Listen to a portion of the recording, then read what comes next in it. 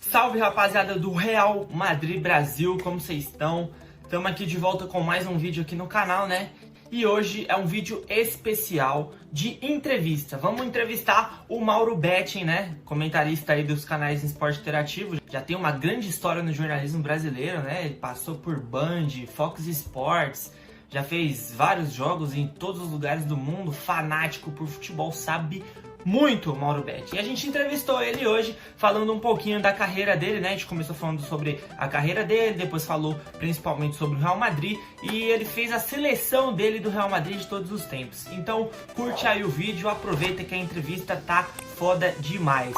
Não esquece de deixar o seu like, compartilhar o vídeo com os seus amigos, compartilha bastante, comenta bastante e ativa as notificações para receber outros vídeos do canal Real Madrid Brasil. E se inscreve, hein? Não esquece, dá o like e já se inscreve que a gente acabou de chegar em 100 inscritos e a nossa meta, temos que dobrar a meta, né? Como dizia Dilma Rousseff.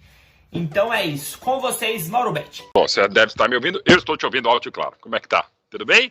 Tudo bem, e você? Tudo já, graças a Deus. Prazer falar contigo, velho. Não, prazer é todo meu falar com você. Isso. Várias vezes que você foi lá na Footstats, tentei te encontrar, mas acabei não dando certo. Ó, que pena, hein? Caramba, pô. Às vezes eu vou lá mais do que no da minha casa. Bom, ultimamente não, evidentemente. Ultimamente não. Bom, galera, então é isso. Estamos aqui hoje com o Mauro Betting. Muito prazer em falar com você, Mauro. Obrigado mais uma vez por ter aceitado o convite de ter falado, de falar aqui com a gente, né, da Real Madrid Brasil /Gols90. E seja bem-vindo ao canal. Muito obrigado, até porque eu estou devendo esse papo há muito tempo. Henrique, muito obrigado pelo convite, é um prazer. Você vê, estou até vestido aqui de merengue, de madridista, uma camisa que o meu filho menor, o Gabriel, trouxe. Ele passou uma semana, aquele negócio de escola, né? Sim. Uma semana na Ciudad Deportiva do Real Madrid, e foi muito legal, isso lá de 2012, ele me trouxe isso, e nunca vou esquecer, além dessa camisa, ele trouxe uma chuteira da Adidas, daquelas Originals, né, aquela com as 3 listas, tipo anos 70, né, aquela época que ele começou a jogar, e realmente foi inesquecível, como foi a experiência para ele também, eu nunca vou esquecer aquilo que ele viu, foi muito bacana, até então eu não conhecia a Valdebebas, depois conheci trabalhando, né, e várias vezes a minha estreia em Champions foi no Bernabéu em 17, no Real Madrid, e aquele baita jogo Real Madrid e Bayern, cara, enfim, eu até mais ou menos acho que muita gente acha isso, e nesse caso não sem razão, mas sempre para deixar muito claro, estou aqui vestido de Real Madrid, por cortesia também, educação, digamos assim. Na Europa é assim, na Europa, nos Estados Unidos, em Plutão, eu sou Palmeiras. Só na Itália que eu sou Palestra por motivos óbvios. Mas assim, eu só torço por Palmeiras. Eu não gasto torcida, mas eu torço por times, não por clubes, tá? Então assim, até tem uma série no meu blog do Esporte Interativo que eu faço todas as finais de Champions, desde a primeira que temos 90 minutos de imagem, que é exatamente o 7-3 do Hampton Park, no pentacampeonato do Real Madrid contra o Eintracht Frankfurt. E eu sou encantado por grandes times. E, evidentemente, não tem como não se encantar por grandes equipes históricas, sobretudo em Champions e antes da Taça dos Campeões da Europa, do Real Madrid. Então, eu não sou madridista, não sou barcelonista, tenho até mais afinidade, abro aqui já o coração, com o Barcelona do que com o Real Madrid, mas grandes times não tem como não se encantar. E quando a gente fala de grande time, a gente tem que falar do maior de todos, que é justamente o Real Madrid. Claro, inclusive vai ter uma pergunta sobre isso, mas você deu uma explicadinha, mas depois eu vou te perguntar melhor para você dar mais uma aprofundada. Mas, primeiramente, eu quero que você conte um pouquinho, aliás, bonita camisa, essa camisa desse ano eu gosto muito, eu não tenho ela aqui, também. Mas eu acho ela linda demais. Bom, então, queria que você contasse um pouquinho sobre o pequeno Mauro Betting, assim, que sonhos que ele tinha, objetivos na carreira, se já pensava em trabalhar com futebol ou se pensava em ser profissional em outra área? Olha, Henrique, meus pais se conheceram numa rádio, a Rádio 9 de Julho de São Paulo, né? Então eu sou meio que filho do rádio, filho da mídia, né? Meu pai, eu cresci... Até por causa do seu pai, né? João Betting, né? E Lucila Betting, que era a única pessoa que realmente entendia de economia. Meu pai era um brilhante jornalista econômico, eu não sou de economia, mas quem entendia da economia na prática era a dona Lucila, que graças a Deus ainda está entre nós. Meu pai partiu já faz 7 anos. E eu cresci, imagine, eu sou de 66, 66. né? Aliás, ano da sexta conquista do Real Madrid. Sim. E da sexta do Rento. Eu cresci com... Meu pai começou a fazer televisão na TV Gazeta antes de ir para a TV Record em 70. Eu lembro a partir de 72. Então, desde 72 eu via o meu pai na TV Record e comentando na Jovem Pan, onde eu também comento há 5 anos. Então, assim, eu cresci ouvindo meu pai no rádio e vendo na TV. E ele trabalhava tanto que às vezes mais eu via pela televisão, eu via pelo rádio do que via em casa, porque ele chegava tarde e já estava dormindo. Então, assim, para mim era natural isso, meu encantamento normal com a profissão do pai, uma profissão encantadora, ainda mais numa época, pensa, o videocassete é de 79, ele começou a chegar ao Brasil em 1980 e 81. Então, Sim. Você vê alguém na televisão, como a gente hoje vê num celular, ou estamos falando aqui via Skype, o Henrique, cara, era algo inusitado, era como, aliás, quando ele foi para a TV Bandeirantes para ancorar o Jornal da Band por 10 anos, muitas vezes acabava o James West, que era um grande seriado dos anos 60, e entrava meu pai. E depois, sei lá, entrava Pica-Pau, os Três Patetas, acho que mais Três Patetas que Pica-Pau. Enfim, ele era um personagem, né? Então, assim, vinha todo o encantamento que hoje foi quebrado com o YouTube, Facebook, coisa e tal. Então, assim, eu não me vi fazendo outra coisa, eu sempre quis ser jornalista. Minha mãe até falou, pelo amor de Deus, faz outra coisa. Eu fiz direito, ao mesmo tempo que eu fazia a faculdade de jornalismo. Aí, quando ela viu que não tinha jeito, que eu queria ser o que eu sempre quis, que era ser jornalista, ela falou, tá bom, então você não faça uma coisa que eu sei que você gosta desde criança, só não seja jornalista esportivo. E como eu sou filho desnaturado, é claro que é o que eu fui fazer, e faço há 30 anos, por ser palmeirense há 53 anos. Tem esse menino aqui que sempre jogou bola, mas sempre teve um mínimo de autocrítica para não querer ser jogador, embora eu fosse um bom goleiro. Fui goleiro do Dante Alighieri, do time da USP, da São Francisco, Lago de São Francisco, do Clube Pinheiros. Eu realmente jogava bem. E goleiro sempre falta alguém, eu era alto, tal, fui goleiro de handball, futsal, fui goleiro de polo aquático, tá assim, sempre gostei de jogar no gol. E realmente era bom goleiro. De tudo. Futebol de botão que eu adorava. Me fez aprender muito futebol de botão, estudar história do futebol. Futebol de botão eu peguei só uma época ali, bem então, finalzinho.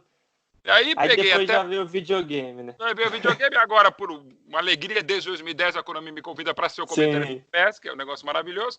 Então assim, eu sempre fui futebol, mas com a autocrítica de não querer ser jogador, e nem pretensão nenhuma, faltava talento, embora fosse um bom goleiro, não tinha a menor condição atlética e nem saco para isso, até hoje. E aí o que aconteceu? Aí eu sempre quis ser jornalista, eu sempre estudava muito, era CDF, gostava de escrever, falo pra cacete, falo rápido, escrevo rápido, então foi meio que natural. Comecei 3 anos antes, quando comecei em 87 na TV Bandeirantes, no jornalismo, não era com esporte. Aí o jornal Folha da Tarde, que hoje é o Agora São Paulo, me deu uma oportunidade durante a Copa de 90 para escrever uma coluna que ia só durar o Mundial da Itália. Acabou, meio que fez sucesso, eu fiquei. Um ano depois estava na Rádio e TV Gazeta e estou aqui até hoje. Mas é um sonho de criança e que a tecnologia hoje nos ajude muita coisa. Um querido amigo, Gustavo Roman, eu comprei o acervo dele de 15 mil jogos completos, então assim, eu assisto o jogo do passado há muito tempo, eu sou curador do Museu da Seleção Brasileira, um dos curadores do Museu Pelé, tenho 22 livros publicados, estou escrevendo outros 10, 4 documentários feitos, faço exposições, estou fazendo 3 exposições agora, para quando voltamos da pandemia. Repito, sou curador do Museu da Seleção Brasileira, tenho expertise também em fazer exposições, né? Então, assim, a história para mim é muito cara. Quem vive de passado é quem tem história. E falando de história também, é por isso um privilégio estar com você aqui no canal do Real Madrid, porque essa história do Real Madrid é impressionante. Até no Museu do Santiago Bernabéu, que é de 2 andares para caber tanta taça, no andar de cima tem só as orelhudas e os mundiais da FIFA, né? Sem desprezar o Intercontinental, sem nada, mas apenas eles fizeram essa distinção. Então, as conquistas anteriores não estão. O Mundial da FIFA de 2000, do Corinthians, de 2005, a partir da conquista do São Paulo, e todas as conquistas do Real Madrid estão todas lá, ao lado das Champions. Cara, aí é um barato, né? Porque não cabe, né? Só 3 Olimpíadas já é foda, né? Então, assim, aí você vê o tamanho de histórias como essa, do próprio Barcelona, enfim, de grandes clubes. Então, assim, quem é apaixonado pelo futebol e apaixonado pela história, pode não ser íntia, pode não ser torcedor, pode não ser merengue, pode não ser madridista, mas conhecer minimamente a história máxima do Real Madrid, você é obrigado a conhecer. Não, isso, claramente, essa coisa que você falou das 13 Champions, né? Botar uma do lado da outra ali, e se continuar ganhando, vai ter uma hora que não vai dar mais espaço. Cabe. Não, por exemplo, a gente, no Sport Interativo, a gente tem nossos correspondentes, a maravilhosa Tati Mantovani lá em Madrid, e por dever de ofício eu fui muito para Madrid, né? Inclusive até porque a última final no ano da Metropolitana, no rival, foi lá, né?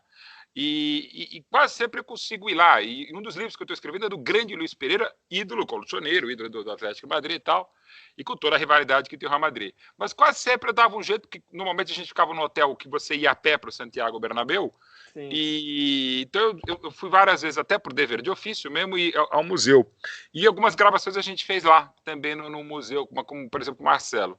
E, cara, é muito engraçado, realmente, pra você enquadrar, cara, você fica falando, cara, pega algumas, porque não dá pra enquadrar 13 num quadro de uma entrevista, né? Então, a Tati fez uma recente com o Vinícius Júnior também lá, pô, é muito legal, cara. Pô, imagina, então, o que deva ser torcer por um clube que tem toda essa história e ainda, claro, em construção.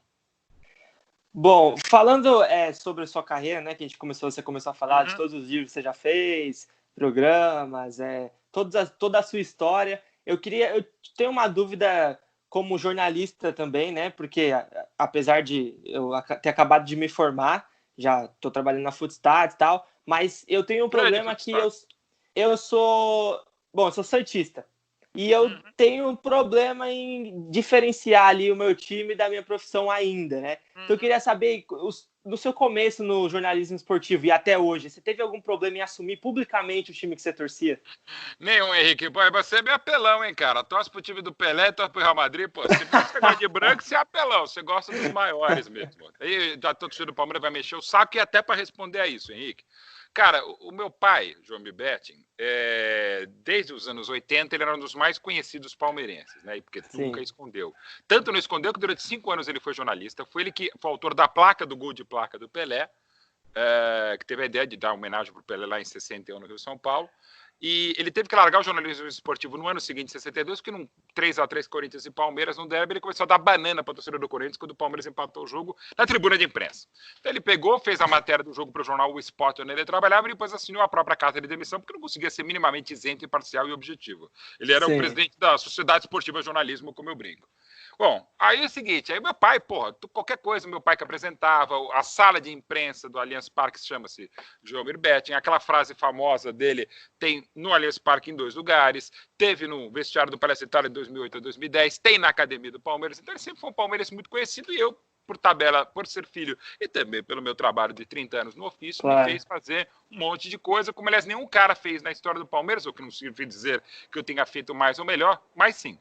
E no jornalismo, não tem um cara que fez 7 preleções para jogadores. Cara, eu fiz, não eu pessoalmente, antes de jogos importantes, mas textos que alguém gravava.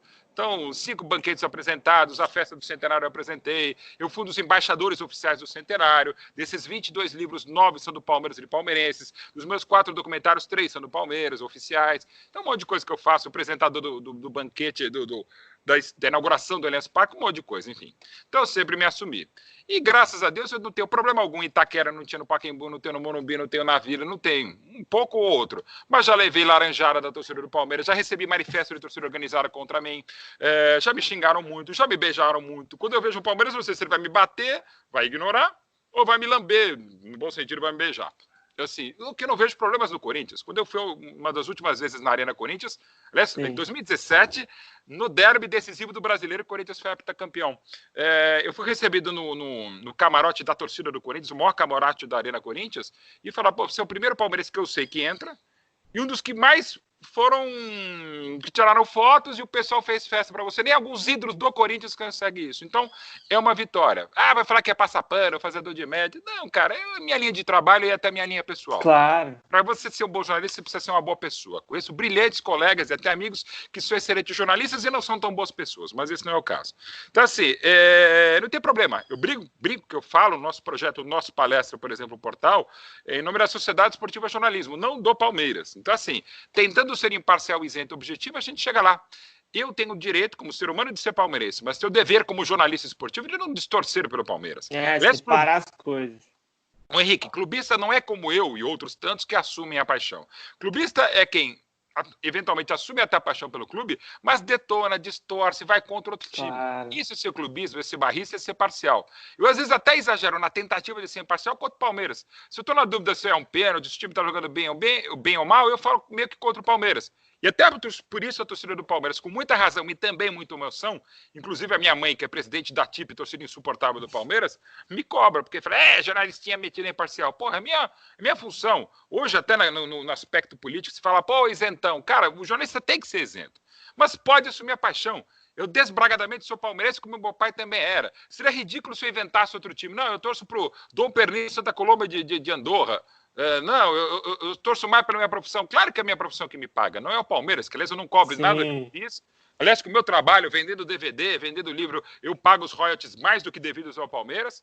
Não cobrei um monte de coisa e impedi que outros cobrassem, e não tem problema, pode e deve me cobrar. Mas analise o meu trabalho, meu comentário, blog, não sei o que lá, para ver se eu torço ou distorço pelo Palmeiras. E eu acho que isso, Henrique, eu fico muito feliz quando grandes colegas mesmo, um pouco mais jovens, até alguns até mais velhos, falam, cara, do jeito que você é tão desbragadamente torcedor e mesmo assim o pessoal te considera, ou te detona do mesmo jeito, eu resolvi sair com a minha camisa do meu clube do armário. Tem muita gente se assumindo e isso é muito bacana. E é muito legal que você faça, Henrique, além desse ótimo trabalho aqui no Real Madrid Brasil, você assuma a sua paixão pelo Santos, pelo Real Madrid, por outro clube também. Tá valendo. Desde que a gente tente ser o mais isento, imparcial e objetivo possível, tá tudo dentro de campo. Nossa, bem demais. Bom, já entrando de novo no assunto do Real Madrid, que você comentou que a sua primeira transmissão de Champions foi no Santiago Bernabéu. Então me conta como é que é essa experiência. O que você sentiu de ter feito o jogo diretamente do estádio de Santiago Bernabéu, com a torcida, de ter visto o Cristiano Ronaldo em campo? Como é que foi essa experiência? Diferente, né? Porque eu fui uma vez lá, mas eu fui nas férias. Então não estava tendo jogo nenhum, só conheci o estádio e tal, mas num jogo mesmo, imagino que deve ser uma experiência muito, né? Bom, se você foi lá, você conhece, né? A catedral que é, né? E lá no fundo, você chegou aí nos últimos lugares, lá de cima do Bernabéu? Fui em um só, lá em cima, que eu tenho uma foto vai lá cair, em cima. Né? O alto, que parece um prédio, né? Eu até fiz, eu esqueci, na verdade, eu fiz, mas eu esqueci. Eu dei uma volta inteira no Bernabéu para medir, porque como ele é um prédio tipo a Bomboneira também, que é encaixadinho, tal, a própria Vila Belmiro. Meio inclinado. Ele inclinado, reto, assim, então ele não é muito grande, né? Ele não ocupa tanta área. Então você consegue dar a volta bem legalzinha nele, meio que rapidamente. Se pensar, por exemplo, Morumbi é um latifúndio aqui no estádio. Pegar um exemplo de um grande estádio também. Então, assim, eu até tem um vídeo famoso aí no YouTube, que é aquele brincando lá, tava eu, Zico, André Henning, antes desse jogo, na véspera, ou antevéspera, sei lá, a gente, tipo, 1 da manhã lá, horário de Madrid, no Santiago Bernabéu, entrando ao vivo no Esporte Interativo, e aí no intervalo, antes da gente voltar, eu tenho a voz meio, além de falar muito, eu falo alto, né? Tenho a voz tonitruante, eu falei, quer saber, aquele mega palco maravilhoso do Santiago Bernabéu, eu até brincando com o Cristiano Ronaldo, eu peguei e falei, o Palmeiras tiene mundial! Aí eu peguei e respondi o sim. Eu vi esse vídeo. Então, essa bobagem minha inacreditável. Então, assim, eu vi ali, naquele mesma tarde, antes eu tinha ido ao museu e tinha ido até lá em cima também, acho que dentro da visita no museu. E é impressionante, cara. Assim, o Morumbi também, até pelo projeto, é muito distante e tal. O Bernabéu também é muito alto, mas é um negócio impressionante. Em dia de jogo também, claro, as nossas cabines também são numa posição alta, mas não tão alta. As cabines de imprensa e de televisão. Cara, é emocionante. Porque, assim, é o Santiago Bernabéu. E até tem um papo muito legal, uma gravação que eu fiz, um texto também que eu fiz pro meu blog no UOL, do Zico, falando, cara, o Zico, acho que ele nunca, eu não lembro agora se ele jogou uma vez ou nunca tinha jogado no Santiago Bernabéu. E ele falou, porra, puta, como eu queria, né? Sim. Aliás, não, lembrei qual foi. Ele não jogou, e ele teria jogado se o Brasil tivesse vencido a Itália em 5 de julho de 82 no Sarriá, em Barcelona. Então, faltou aquela final contra a Alemanha. Então, assim, imagina o aquele Brasil maravilhoso do Tele. Então, assim, é um sonho. E tem também no YouTube, você pode achar, a minha emoção quando toca o hino da Champions. Por que também? Porque eu já havia trabalhado muito em Champions, muitas vezes exclusivo pela TV Bandeirantes e pelo próprio Esporte Interativo. Sim. Eu fiz as finais de 2006 de Champions. 2006. Fiz a final de 2007, eu fiz para o Esporte Interativo. 2008 a gente estava com a Globo, não estava. Aí voltei a fazer a final de 2009, 10, 11, 12, 13. As finais de 2006, 6, 9, 10, 11, 12 e 13. As 6 finais a gente estava credenciado para ir em loco fazer pela TV Bandeirantes. Em todas, tipo, faltando 8 dias, 6 dias, 2 semanas, 1 mês, todas as credenciais falaram, só que a gente não vai porque não tinha condição e era compreensível que não tivesse. E justo quando eu fui para Fox Sports em 14, A final de 14 da décima, dos 4-1 em Lisboa contra o Atlético, o Neto e o Theo José foram. Ainda eu mandei para ele, quando eu fiquei sabendo, fiquei muito feliz com seus. Eu falei, seus desgraçados, quer dizer, espera eu sair para Fox Sports. E, cara, e aí eu sempre pensei, eu tava muito feliz, muito confortável, muito bem querido, muito bem no Fox Sports, que não tinha os direitos, né? E logo depois em 15 o Esporte Interativos comprou da ESPN, depois agora com o Facebook também só nós transmitimos, desde a temporada passada. Eu falei, cara, mas eu já tinha voltado, né? E eu falei, cara, acho que nunca vou fazer uma Champions em loco, né? E a ESPN fez várias vezes e fez, como sempre, muito bem. Aí eu falei, cara, porra, Champions já foi, né? Nunca vou conseguir ouvir o hino lá no estádio. Sim. Aí quando eu vou, e era uma fase ainda de semifinal da temporada 17, que seria vencido lá em Cardiff, a gente estava lá contra a Juventus. Velho, porra, na hora que eu já tava o tempo inteiro emocionado, né?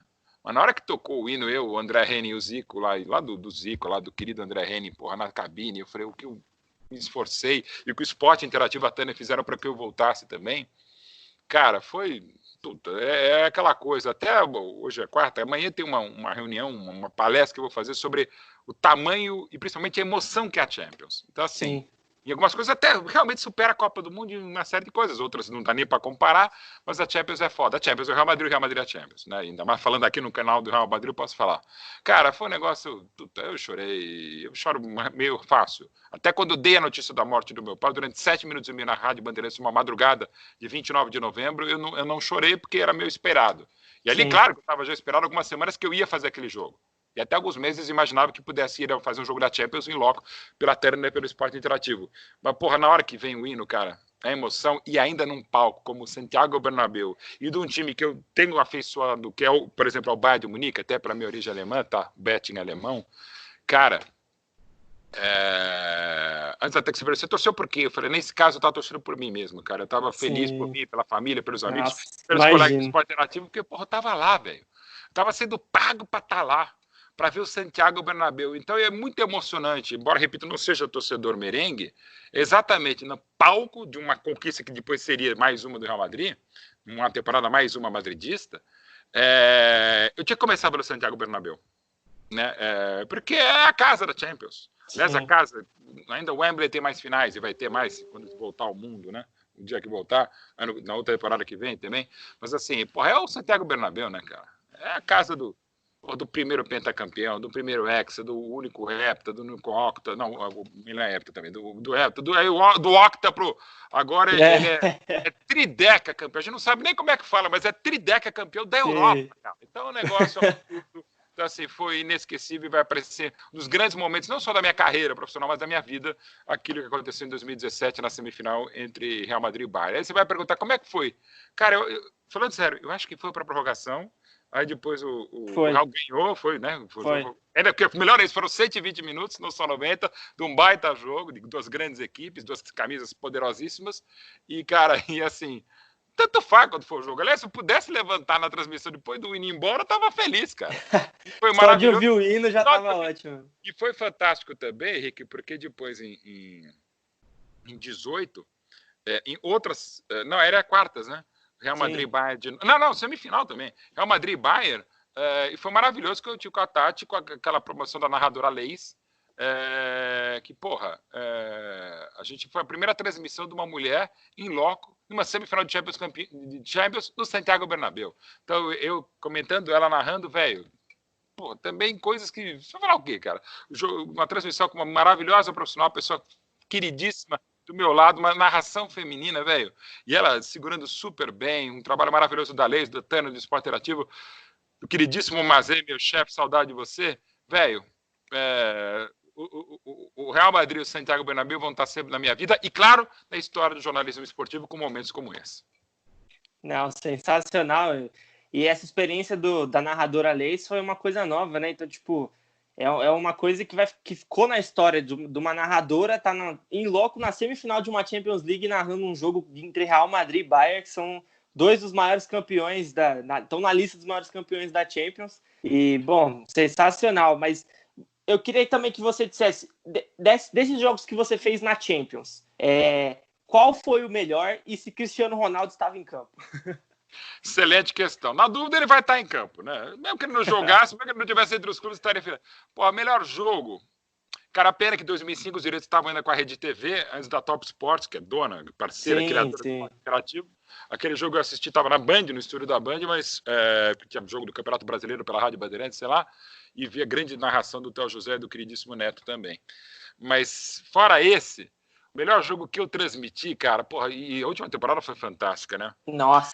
E eu acho que até nesse canal, o torcedor do Barça, o torcedor do Culé vai entender, mas até nesse canal eu posso dizer, mas é realmente o Liverpool 4, Barcelona 0, semifinal da temporada passada, é um absurdo o jogo, como outros tantos absurdos, né? Por isso, cara, uma pena na remontada do Barcelona, que teve outro absurdo contra o Paris Saint-Germain. Essa semana eu falei com o Fred Caldeira, ele também disse que esse foi o melhor jogo. Fred maravilhoso, aliás, puta, cara, fantástico. Muito gente boa, fantástico. Cara, é um privilégio tê-lo como um amigo, colega de trabalho também. Então, eu acho que foi 4-0, sim, porque primeiro, aí abrindo um pouquinho o coração, se eu fosse obrigado a torcer para um time na Espanha, eu acho que seria o Barcelona. Se eu fosse obrigado a torcer por um time na Inglaterra, cada vez mais é o Liverpool. Sim. O Never Walk Alone, eu cresci também nos anos 70, era o grande time de 77, 78, depois tricampeão da Europa 81. Sim. Jogavam de futebol já diferente, mais bonitinho e tal, mais bola no chão, grandes jogadores como Douglas, por exemplo, que eu sempre gostei. Mas enfim, a camisa maravilhosa, para mim engraçado, pesa essa coisa da camisa.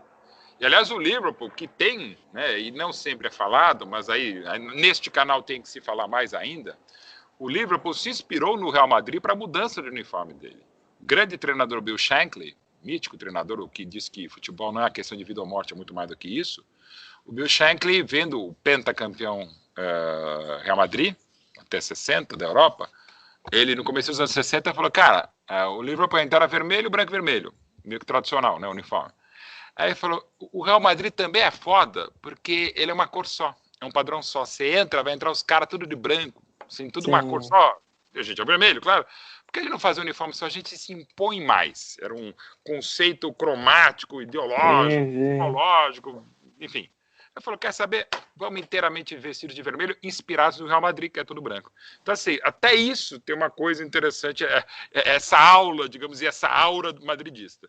E ficou para esse time. Então, o Liverpool, com a torcida maravilhosa, também foi um fantástico. A final de Kiev, também eu estava lá, transmitida pelo Esporte Interativo.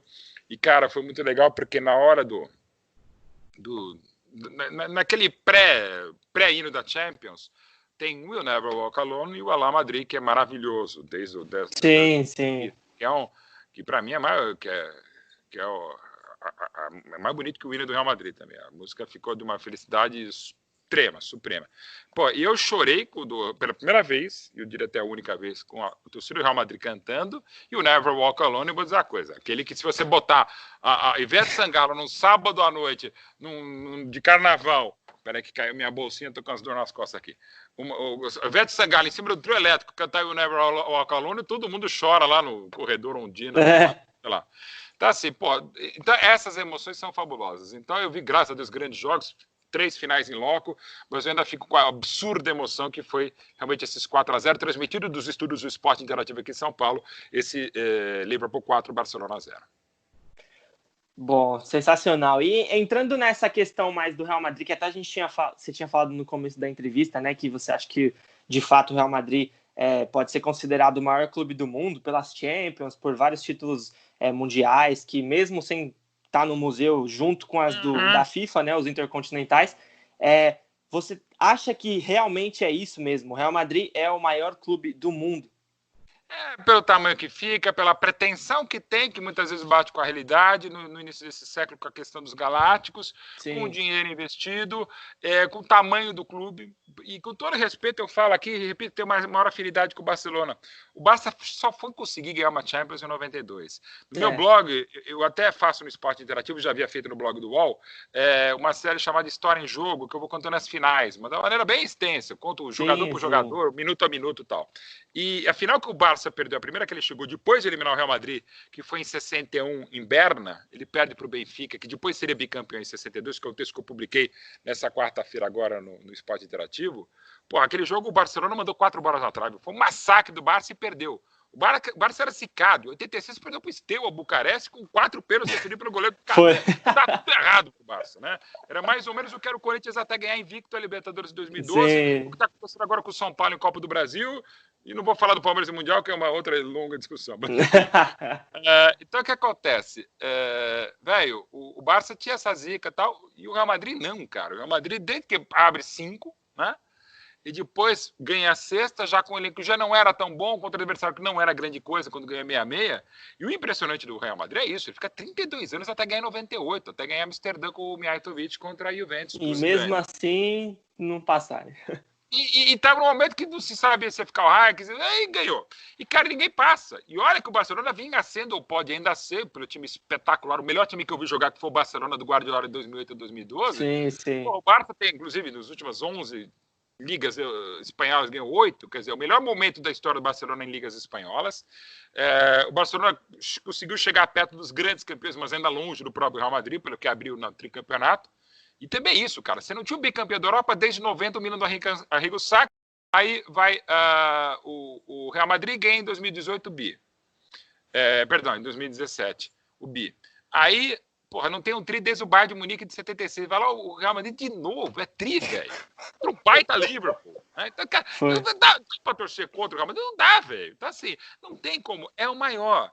Claro, você pode discutir. Mas fugir do Santos dos anos 60, você pode até discutir. Mas, porra, primeiro um time que conseguiu juntar Puskás e Di Stéfano, cara, assim, até por conta dessa minha coleção de vídeos, de estudos, de ler, de conversar com quem for a favor, quer jogar contra, como grande Evaristo de Macedo, história brilhante, tanto no Real Madrid quanto no Barcelona. Porra, Puskás e Di Stéfano, cara, é um negócio impressionante, assim, pra citar 2. E o Rento, cara, durante algum tempo eu achei que ele foi o maior jogador espanhol. Hoje eu acho que é o Iniesta. Pode me xingar, mas eu acho que é o Iniesta. Mais do que o Xavi, mais do que eu também sou fã do Iniesta, mesmo sendo madridista, eu confesso. Assim, é o maravilhoso, o Raul fantástico, mas o Rento era um cara espetacular. Primeiro, o cara é ex-campeão europeu, ponto. Sim. E o Rento era maravilhoso, porque ele era muito veloz, muito habilidoso e chutava forte pra cacete.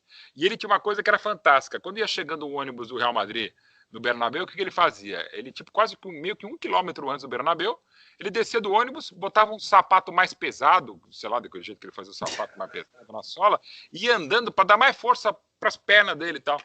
E, pô, é um negócio impressionante, né? Que é hoje, inclusive, depois da morte de Stefano, ele é o presidente honorário, né, do Madrid, o Rento. Então, assim, vi coisas de jogadores espetaculares. E mesmo numa época, primeiro nos anos 70, quando eu cresci, que pouco se via futebol, não tinha o Campeonato Espanhol transmitindo, e também não tinha grande coisa para ver do Real Madrid. O Real Madrid também não teve tanto, como qualquer clube, embora não seja qualquer, tem momentos não tão brilhantes. Por exemplo, a Quinta do Buitre tem coisas muito boas, assim, ótimos jogadores, mas talvez não fosse tudo aquilo, sabe? Claro que a força midiática, claro que o Marca e o As, um pouco mais, um pouco menos, quando a gente fala do bairrismo que existe, do clubismo que existe pra caralho na imprensa esportiva, perto da espanhola a gente é super equilibrado, a imprensa suíça é tão neutra, muitas vezes não era tudo isso o Real Madrid. E como todo grande vencedor em qualquer área, em qualquer campo de atividade humana, ele também tem uma puta torcida contra. Eu jamais vou torcer contra um time que tem a história e o futebol e os jogadores, os ídolos e os craques do Real Madrid. Posso não me afeiçoar, posso discutir uma série de coisas, não vou nem entrar em junções políticas e da época do franquismo, da época da Guerra Civil Espanhola, que me fazem talvez pender também por isso um pouco mais pro lado do Barcelona. Mas falando de futebol, bola rolando, apita o árbitro, começa o jogo, cara, não tem como não se encantar. Com esse Real Madrid e com o teu Santos do Pelé também. Claro, eu me sinto privilegiado de ter esses dois times como torcida, né? Porque claro. Não, e uma coisa engraçada é que meu pai é palmeirense. E quando eu era pequeno, então o primeiro jogo que eu fui no estádio foi Palmeiras e Fluminense em 2004 no Brasileirão. Foi 3-2 Palmeiras lá no Palestra Itália. E Não, o que eu tô pensando foi de 2005, o Palmeiras classificou também para a Libertadores. Teve outro 3-2 em 2005, mas eu fui em 2004. E aí, bom, eu era pequeno ainda, eu tinha 6, 7 anos, e a tendência era eu ser palmeirense. Só que como meus pais são separados, eu não moro com meu pai, moro com a minha mãe, e a minha mãe nasceu em Santos. Ela não é santista, ela não gosta de futebol, mas ela nasceu em Santos. E aí eu vou muito para Santos, e aí em 2004 foi quando o Santos também foi campeão brasileiro. E eu lembro que foi meu primeiro título como amante de futebol, né? Que eu me encantei ali, eu gostava muito do Robinho. E aí acabei virando santista. Não deve ser fácil. Eu brinco sempre que meus filhos podem ser o que quiserem, desde que palmeirenses, né? E é mais ou menos isso. São o que eles querem mesmo, e graças a Deus palmeirenses. Porque se não fosse, eu teria vendido os dois já. Sensacional. Agora é o seguinte, vou tentar fazer um desafio para você. Vamos ver se você vai conseguir pensar rápido. Pensar rápido eu posso pensar. Agora, bem ou certo, já é pedir demais. Não, o importante é você formar a seleção. Eu vou te desafiar a formar 2 seleções. Primeiro, os 11 ideal do Real Madrid na história e depois os 11 mundial na história. Vamos lá. História do Real Madrid. Cacilhas, fácil. Porque se você pegar os goleiros, por exemplo, do pentacampeonato, o Domingos Quintana jogou no Flamengo, tem história complicada no final dos anos 60, era bom goleiro, mas nada demais. Aí, por exemplo, o goleiro de 63, da final perdida para o Benfica, que foi um 5-3, ele chamava Arik Stan, se não me engano. Era muito ruim, velho, mas muito ruim. Aí você teve outros goleiros bons, o Iribar nos anos 70, você teve assim, mas como o Cacilhas você não teve, não. Para mim, um grande goleiro espanhol, o melhor de todos. Então, Cacilhas, fácil. Lateral direita. Aí pegando do que eu vi, eu repito, eu vi os times de 1960, pouquinha coisa no final dos anos 50 do pentacampeonato. A partir da final dos 60 eu vi inteira. O 7-3, aliás, já vi 4 vezes, que é um festival de gols de futebol, claro. Shows do Puskás e do Di Stefano, e não só deles. Cara, e embora o time jogasse ainda no início dos anos 60, num até antiquado WM, tá? Então você tinha o zagueiro lateral, por exemplo, né? Então não era a mesma coisa, mas enfim. Lateral direito, cara... Interessante. Eu vou ficar até por exclusão. Não. Eu ia falar mas na verdade eu ia falar do Carvajal, que eu acho muito bom. Mas eu gostava muito de um cara que era lateral direito e lateral esquerdo, numa época que o futebol da Espanha não me agradava tanto, sobretudo nos anos 80, princípio dos anos 80, que é o Camacho. Sim. Também, Camacho pelos dois lados, um bom. Eu fiquei entre Camacho e Carvajal, mas acho que o Camacho era mais jogador e tem uma história muito bacana. Então, Cacilhas, Camacho, zaga. O zagueiro esquerdo, já vou falando. Pela esquerda, Sérgio Ramos, que é o típico zagueiro que eu nunca gostaria de enfrentar, ser jogador. Adoraria tê-lo no meu time, torcer por ele. Não gostaria de torcer contra, porque é um baita zagueiro, um baita de um animal. Então, assim, melhor coisa tê-lo. Cara, o zagueiro pela direita, para mim, gosto demais. Carreira espetacular, ainda muito jovem, do Varane, campeão de tudo também. Mas o Hierro, cara, o Hierro era tão bom e tão elegante, como zagueiro, como volante, que o Hierro, ele chegou até se ultrapassar pelo Raul. Ele chegou a ser durante muito tempo o artilheiro histórico da seleção espanhola. Sim. Claro, fazendo muito gol de falta e muito gol de pênalti, e aí você discute o futebol espanhol até os anos 80, 90. Mas gol é gol. Gol é gol, não, você tem que discutir o resto, né? O jogador, eu falei do Rento, o Luis Soares, não o atual, mas o grande Luisito Soares, que foi do Barcelona, da Internacional, ele foi treinador da Espanha na Copa de 90, era um baita jogador, mas assim, não tinha tanto. Você tinha um Amâncio, que é um grande ponta-direita, daqui a pouco a gente chega lá, mas enfim, mas voltando.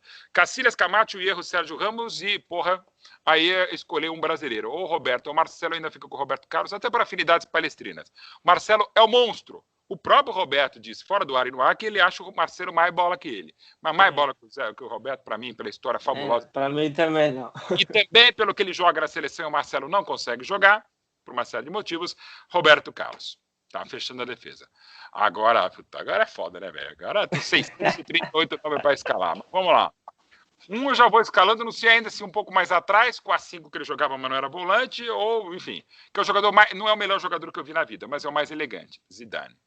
Ele é tão elegante que ele encerra a carreira numa final de Copa do Mundo, perdendo a Copa, porque perdeu a cabeça no Pedro Materazzi, e ainda assim é mega elegante. Então vai, Zidane tá nesse time, ponto.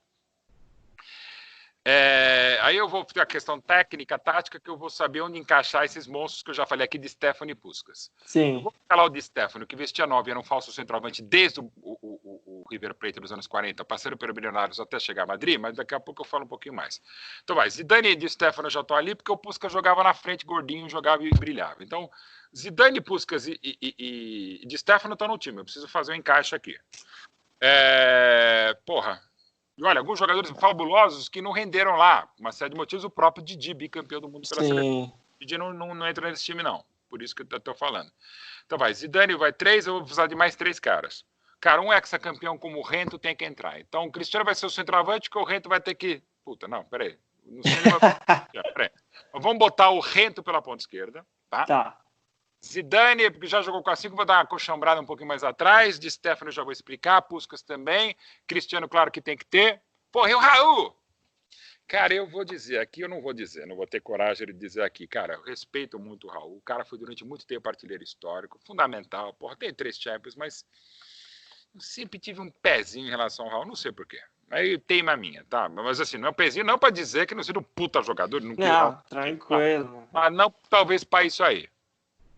Mas vamos ver, vai. Zidane, Di Stefano, Rento, Cristiano Ronaldo, vai por que das pontas para encaixar o Puskás de centroavante. Mas o Puskás era da camisa 10 de Stefano Nova, já vou falar. Falta um cara para botar aí, provavelmente no meu campo, para não ficar tão assim. Cara,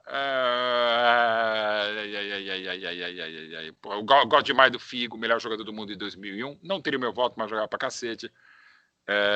Foi um fenômeno, mas o fenômeno já chegou no final de carreira e tal. Não. Eu vou ficar Cristiano Ronaldo. O ataque é esse mesmo, tá? Cristiano Ronaldo, Puskás e Rento.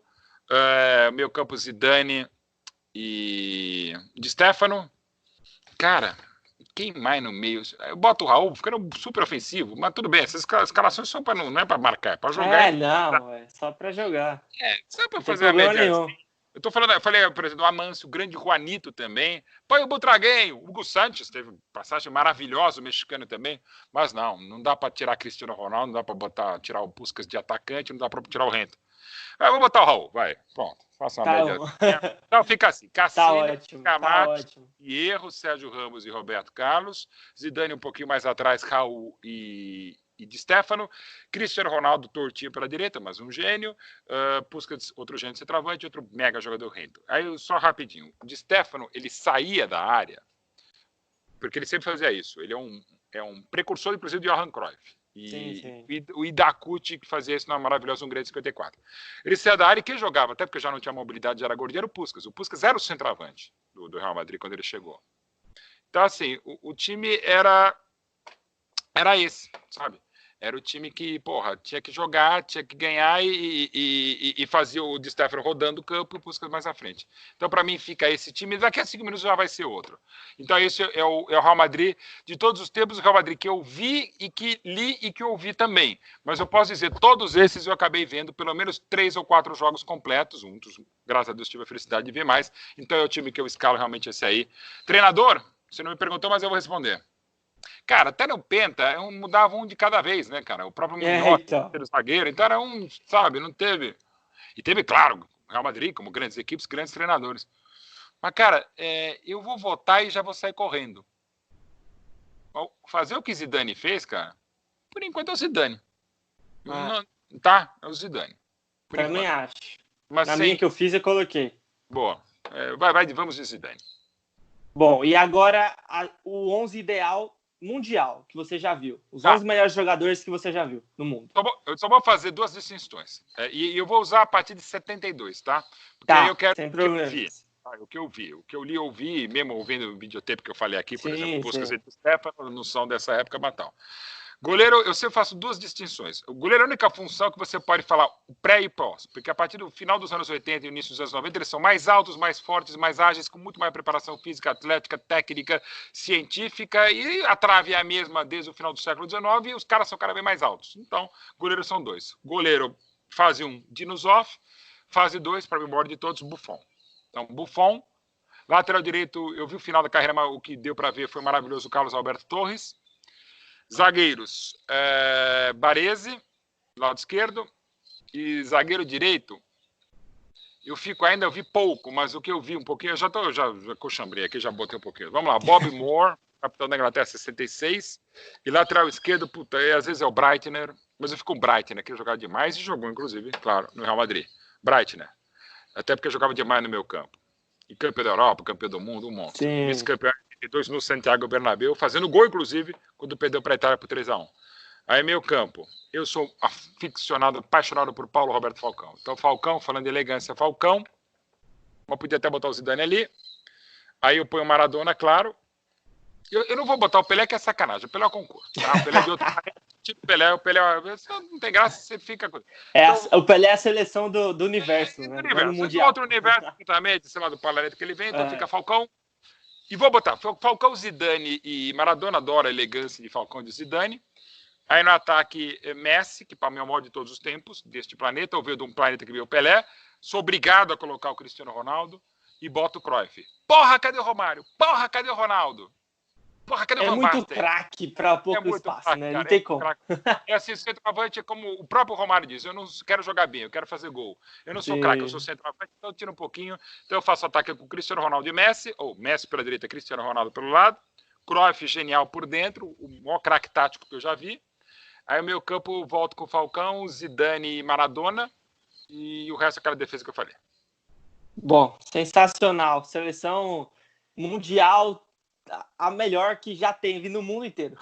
É bom, obrigado. Mas assim, claro, eu queria que tu jogasse no Palmeiras, eu ia escalar o Márcio Araújo, o Wesley, mas eu achei que eles têm um pouco de clubismo, então eu deixei quieto.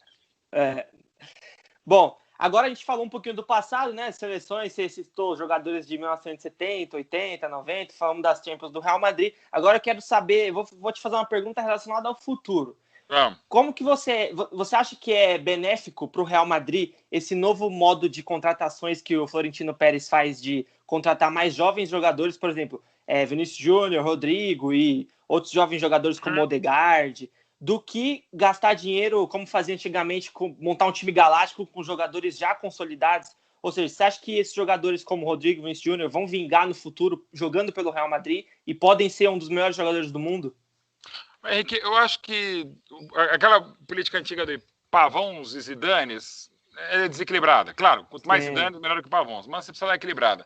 E agora eu acho que de novo é um desequilíbrio, cara, porque você acaba jogando muita pressão em cima desses moleques, do Vinícius, do Rodrigo, do Jovic, que já tem uma certa idade aí, acho que o Vinícius foi muito criticado uma época aí, né? Tem 19 anos, 20 velho, anos. ele foi contratado no segundo jogo como profissional aos 16 anos. Você tem 16 anos no seu segundo jogo como profissional pelo Flamengo, você vira para o Real Madrid por 45 pau. Rodrigo, te compra 45 aos 18. Por 18 anos você nem andar de carro. O cara pode botar. Bom, não sei se vale a pena botar, mas enfim. Então, cara, é muita pressão. Então, acho que falta um maior equilíbrio. Isso faltou nessa administração e acaba criando-se um gap. Até porque, cara, porra, não foi bem depois do tricampeonato. Caralho, foi tricampeão da Europa. Sim. Perdeu o Cristiano Ronaldo. O tabela acabou perdendo o Zidane. Normal que tivesse uma temporada ruim, velho. Então, por sorte, no Barcelona não conseguiu ganhar a Champions, ganhou os espanhóis, mas enfim, absolutamente normal. E mais normal ainda quando você faz um gap, que você pede um monstro, roubou um monstro como o Cristiano e vai botar um moleque, ainda que talentoso, com potencial, mas muita coisa para desenvolver, não só como atleta, mas como figura humana, com 17 para 18 anos, o Vinícius, o Rodrigo, é evidente. Aí traz um Hazard, que é um ótimo jogador, excelente jogador, com a pressão que tem, as lesões que teve, momentos instáveis e certos, também deu tudo errado, né? Então, assim, e mesmo tudo que tinha acontecido com o Lopetegui, aquela absurda decisão do presidente da Federação Espanhola de demitir o cara na véspera de começar a Copa. A Espanha é uma das grandes favoritas para a Copa. Agora você me demite que o cara sentou com o Real Madrid. Mas foi inferno. Pô, e não é com todo respeito ao Mauro Betti Futebol Clube. Ele sentou com o Real Madrid, cara. Aí tem mais afinidades culês do que o madridista. Pô, se o Real Madrid me chama, eu vou. Eu pago para trabalhar no Real Madrid, né? Enfim, então deu tudo muito errado e acho que não é a melhor política. Se você, como qualquer lugar, e não só no Real Madrid, puder dar uma equilibrada, é melhor. Não, beleza. Eu também concordo com você. Eu acho que tem que dar uma equilibrada e eu sempre tive esse pensamento que jogar pressão nesses meninos não vale a pena, porque às vezes até mexe com o psicológico e ele acaba rendendo, né, o que ele pode render no clube. Evidente, e com todo mundo, gente. Se a pressão já é descomunal, na boa, velho, imagine essa pressão no Real Madrid. Né? E ainda mais com pouca idade. Com pouca idade. E no Real Madrid não é só. O Real Madrid tem esse custo, o Real Madrid, que dá para dizer assim. E não é só você ganhar. Você precisa ganhar, honrar a história e jogar bem, velho. Vai fazer tudo isso. E com pouca idade. Sim. Beleza. Agora eu queria, mudando um pouco, ainda no futebol, claro, mas mudando dos campos reais para os virtuais. Me conta como é essa experiência de narrar um jogo de futebol para o videogame. Deve ser absurdo. Muito bom. Eu jogo aqui, escuto sua voz, todas as coisas que vocês falam lá na transmissão. Muito bom. Obrigado, a cornetar. Nem eu mais me aguento. Algumas vezes os meus filhos jogando, que eu não sei jogar nada. Quem sabe faz, quem não sabe como eu falo. Não, eu vou ser sincero, eu jogo mais o FIFA.